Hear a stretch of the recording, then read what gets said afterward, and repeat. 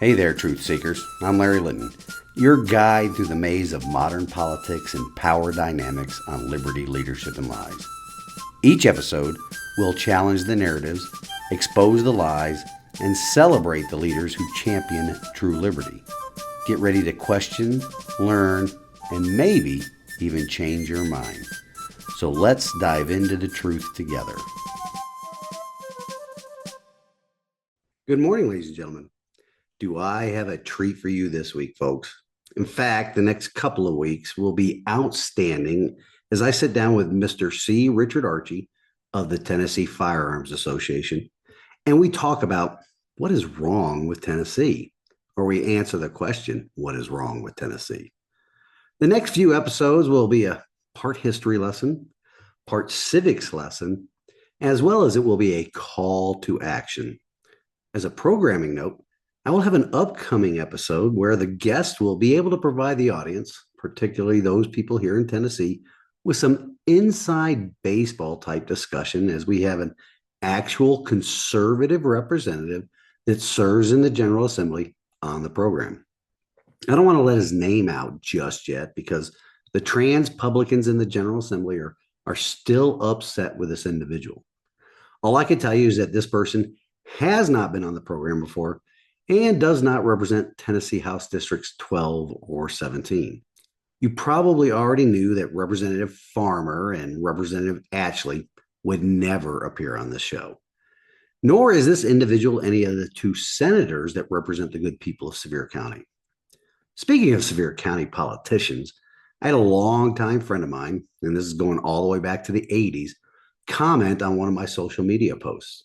He asked, quote, WTF is going on with Sevier County politics, unquote. I thought that I summed it up quite nicely by telling my friend to think about the Dukes of Hazzard, except without Bo and Luke Duke. Also, you have to swap the body characteristics of Boss Hogg and Sheriff Roscoe P. Coltrane with our sheriff and mayor here in the county. Then a resident of Sevier County chimed in on the post as well and said, we here in Sevier County were also missing our version of Uncle Jesse. True. So please keep following the show and do not miss the next few episodes.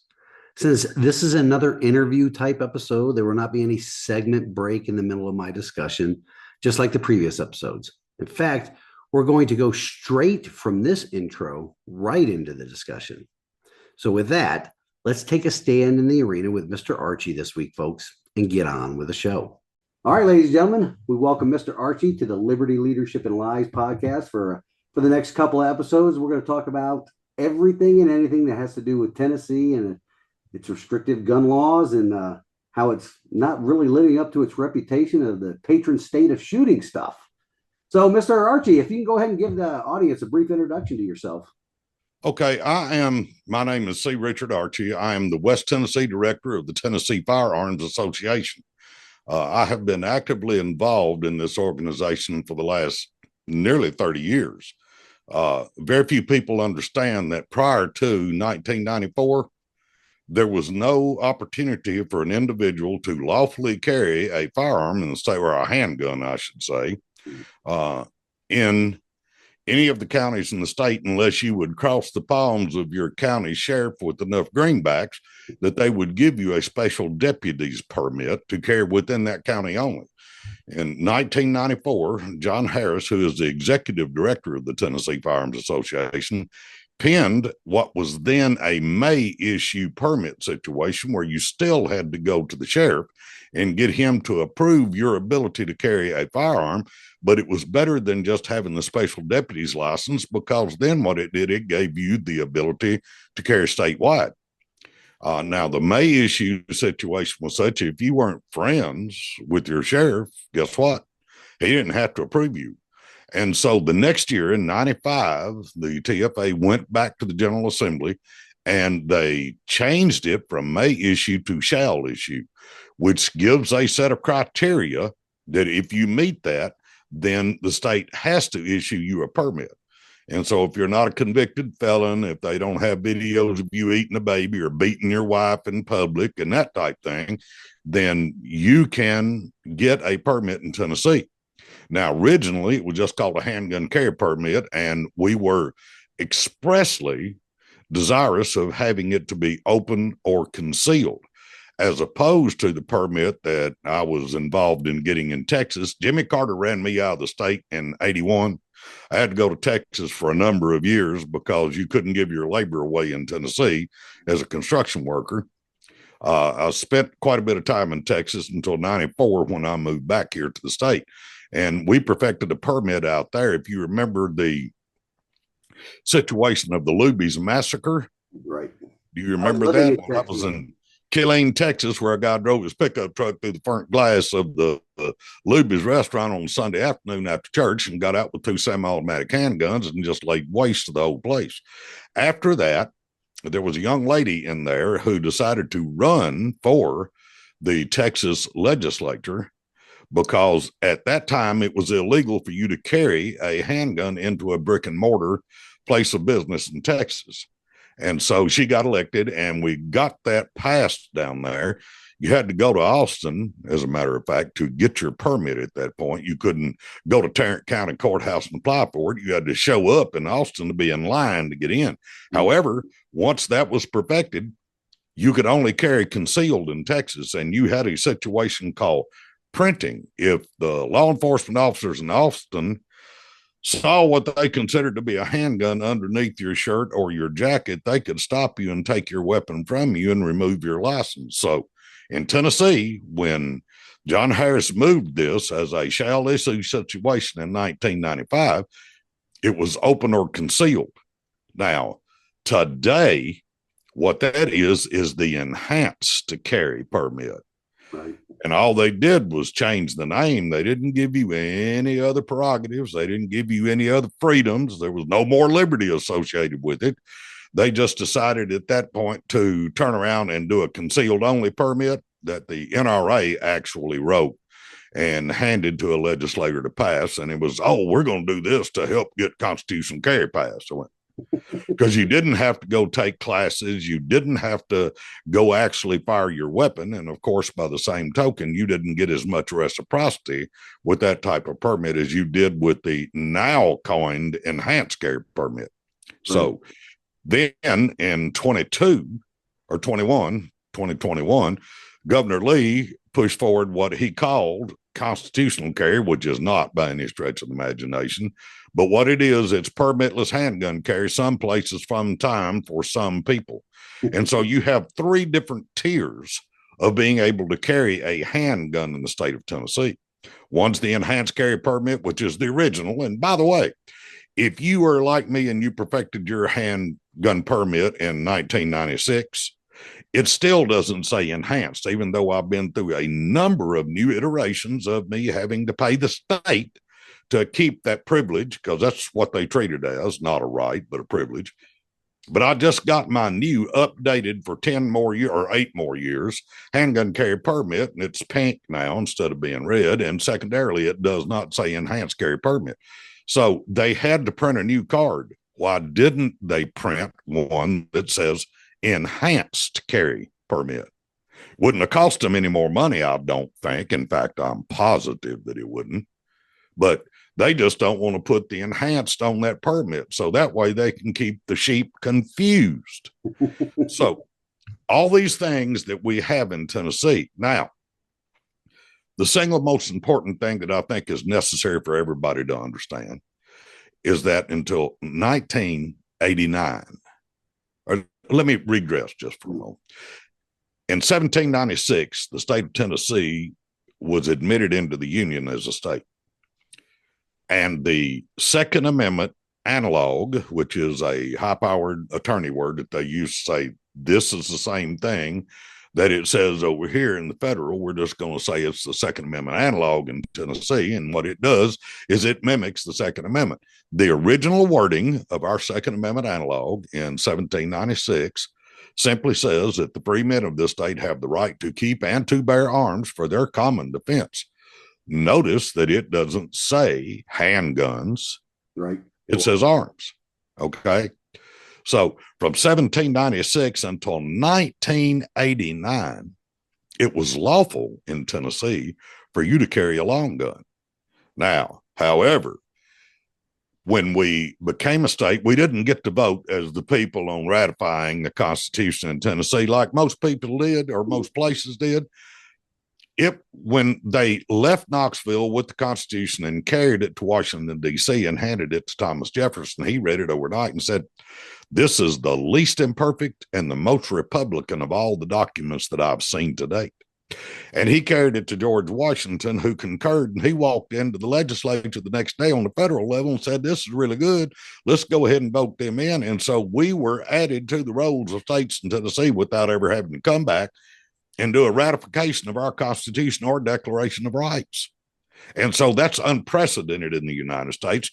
But our Constitution was that good that it merited that type of attention and solicitation from the Congress at that time to go ahead and admit us to the state. Now, keep in mind that never scuffle for liberty that had occurred up until that point, the people of Tennessee, at that time, we were Western North Carolina, when you're talking about the Over Mountain Men, John Sevier, and all that group that marched over the mountains and went to Beard Bulldog Ferguson at Kings Mountain, South Carolina, and shoot him off his horse and cut his head off and drop his lifeless body on the ground. But what that did, Thomas Jefferson said that was the turn of the tide of the war in the Revolution. And George Washington said it was that group of strong, bold frontiersmen who were necessary to change the course of the war. And so they liked the folks from what was then Tennessee enough that they just went ahead and let us become a state. It was lawful at that time for us to carry handguns, rifles. In fact, if you were 16 years old, it was a requirement that you didn't leave your house unarmed. And people at that time carried their weapons to church because it was a dangerous place. And you still had Tennessee, the Red Sticks. You know, a lot of people don't understand what they are, but the Red Sticks were the Creek Indians that continued to raid because Great Britain didn't take their hiney kicking too seriously at that point. And so they had associations with different Indian tribes at that point. And so they raided up into Tennessee and they stole stuff and they killed people. And in 1814, I think everybody's heard 1814, we took a little trip along with Colonel Jackson down the mighty Mississippi. We took a little bacon and we took a little beans and we fought the bloody British in the town of New Orleans. Well, first, what we had to do was we had to go down to Horseshoe Bend.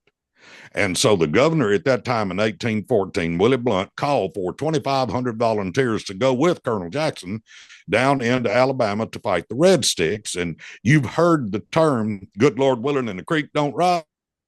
Well, they're not talking about a ditch with water in it. They're talking about the Creek Indians who were allies of the British. And so that was a term in Tennessee at that point.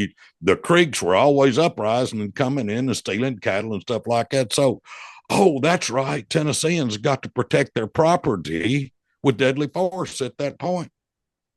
Imagine that. That was kind of a thing back then. The Declaration of Independence says that each of us guaranteed life, liberty, and the pursuit of happiness. Mm-hmm. The pursuit of happiness includes being able to keep your property and stop somebody else from taking it. Right.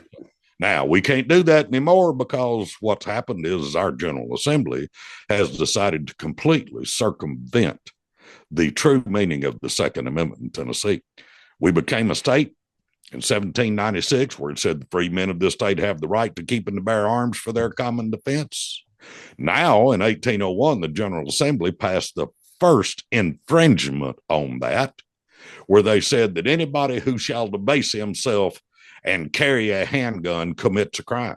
And so 5 short years after we became a state, and before we were called to go down into Alabama to fight the Red Sticks, the General Assembly had already decided to start doing the stuff that would make the general population want to shoot them. And so they started trying to limit the ability of the flyover folks out here to be able to carry firearms for their self-protection.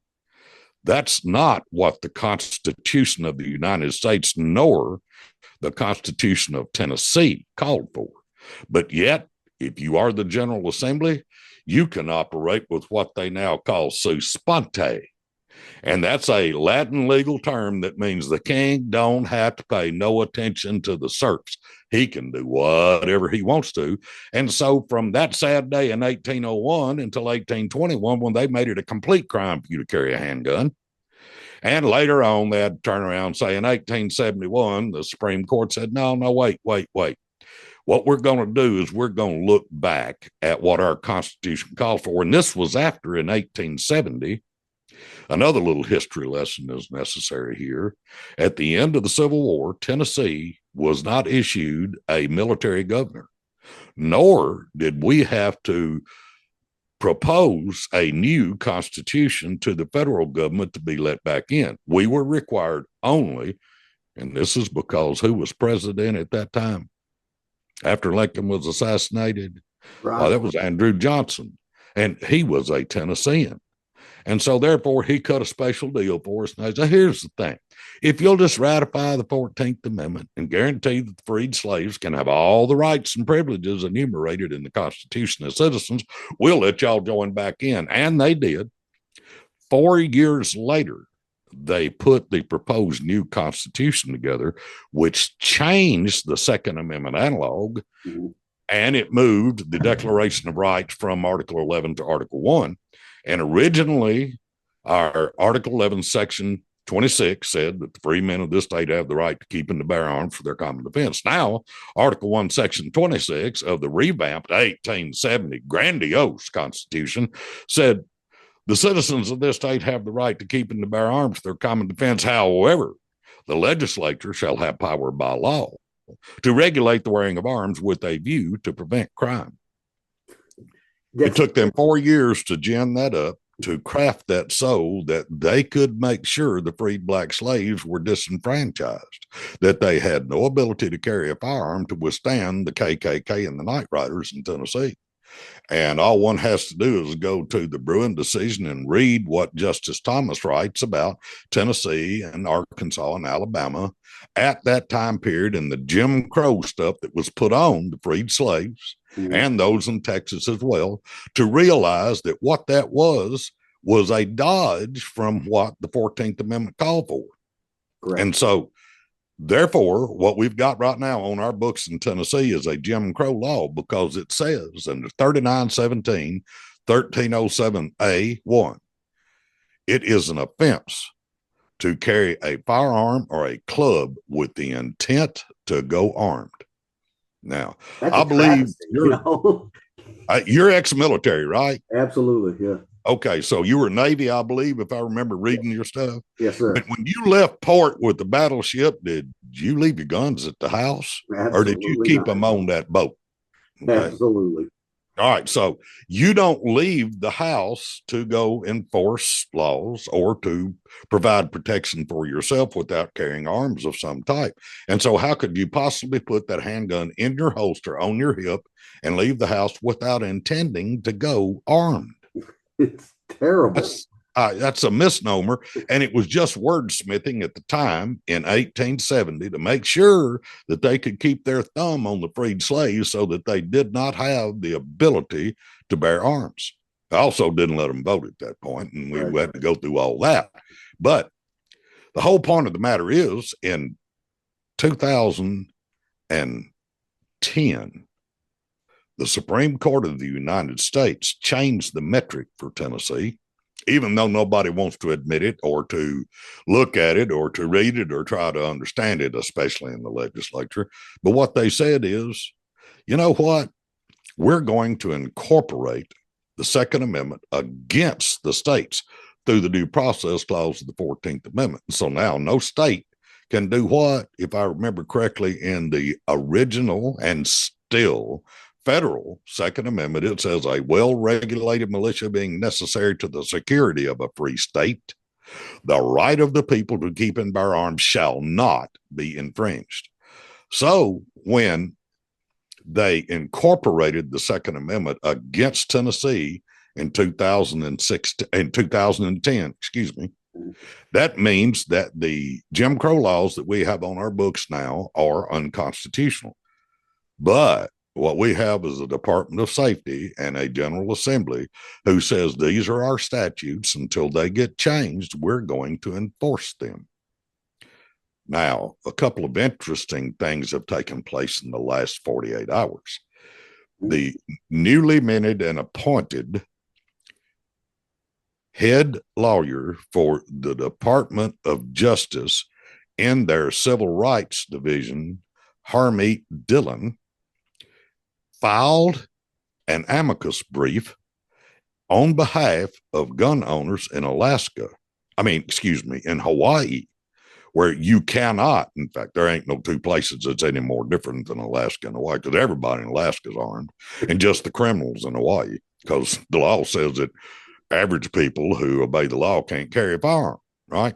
So, but they've sued over there, the federal, or they've sued the state, and Harmeet Dillon came in, and as well as the new Solicitor General of the United States that Trump has put in place, and they said, this is an egregious violation of the Second Amendment, and we don't intend to see it stand. That is absolutely astounding. It's the first time in the history of the United States that the Department of Justice under any president has stood forth to protect and defend the Second Amendment. And I think it bodes well for all of us. Since that time has occurred, I guess I have written a dozen letters and left emails all over Washington, D.C., trying to get an opportunity to have a conversation with Miss Dillon, because I want to push to her that, in fact, the state of Tennessee has denied since 1801, then 1821, and then 1870, and still today, it is a crime in Tennessee for any person to carry any firearm anytime for any reason, even in your own home. Now, people say, but I got a permit. I've got that enhanced carry permit. That gives me all kinds. No, what that says, if you read it, it's a defense against prosecution of the crime. And it can only be raised in the presence of the trier of the fact, which means that you got to be in front of the judge and jury before you can raise it up and say, but Your Honor, I got a permit. Now, you can do it then, but you can hand it to the officer that says, I think you got a gun, and why are you carrying a gun? And you can say to him, well, I'm carrying it for my protection. That's not a valid reason in Tennessee, because our Attorney General in 1966, in a request from Jim Peach, who was a representative from over in Middle Tennessee, asked, is self-defense a right in Tennessee? And the Attorney General said, no, it's statutory only. That if, in fact, under any set of circumstances, you take someone's life with a firearm in what you consider to be self-defense, then you're guilty of at least manslaughter. And then you have to convince the jury that you were justified in that use. Now, if you look at a half a dozen Supreme Court cases of the federal Supreme Court, they have said time after time that self-defense is not only a right, it's the true palladium of liberty. And any country that attempts by any color whatsoever to deny its citizens the ability to carry firearms, if liberty is not annihilated, it's on its deathbed. And so how can the Tennessee General Assembly and our Attorney General look at these type of things, which are guidance from the Supreme Court of the United States? You go back and you look at the actual divisions of government. It's supposed to have three. Legislative, that means that our senators and representatives in Tennessee are just like the ones at the federal government. They make all law. Okay. Now, governors can write executive orders and presidents can write executive orders, but to get a situation passed as a law, it has to be raised in the House and Senate, passed, and then sent to the president or governor in the state of Tennessee for signature. That's the way you make a law. Everything else is a rule and a suggestion, the things that the ATF or the DOJ or any of those promulgate because of the powers that are delegated them by the people that we elected. Okay. So that's how that works. The legislature doesn't want to get caught voting for something, because then they could be held accountable for it. And so what they'll do is they'll say, well, we need to let the experts over here at the DOJ, and in Tennessee's case, That's actually the Department of Safety. And he said, well, those are the experts, them and the TBI. So we don't fully understand this. And so we're just going to hand it off and let them promulgate rules. We have a situation right now where a federal judge in Tennessee in Knox County said that it is the challenge to scheme of denying an 18-year-old the ability to carry a handgun for self-defense or to perfect a permit to do the same is a violation of the Second and 14th Amendments. And that was in 2021. And so this year, the Department of Safety came back and said, well, the judge said that in 21, but you calls over at the General Assembly hadn't passed a statute codifying that. And so we're just going to go back to enforcing what's on the books. We don't care what that judge said. Now, they cared when the federal Supreme Court said it was okay to do abortion, didn't they?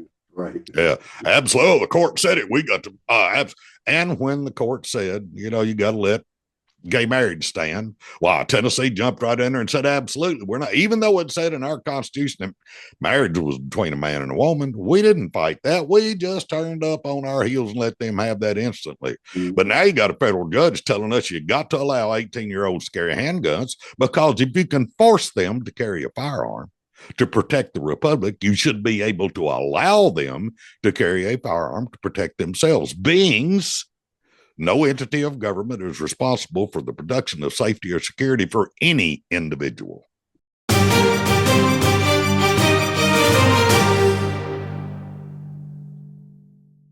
Well, isn't Mr. Archie a fountain of knowledge?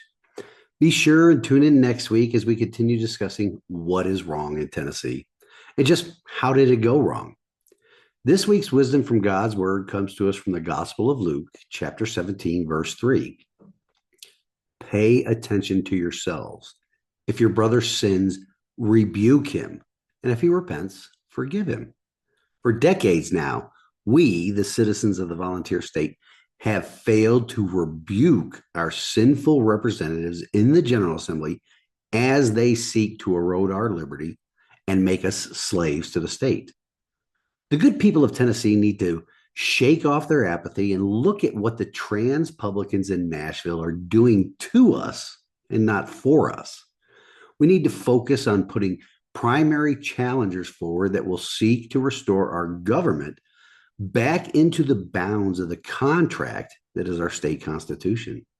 We need to hold them accountable at the ballot box for violating their oaths. Be sure to give this episode a thumbs up on Rumble or YouTube as well. And you need to share the content on your social media pages. You can email it to your contacts as well. Until next week, ladies and gentlemen, let's take a stand in the arena together.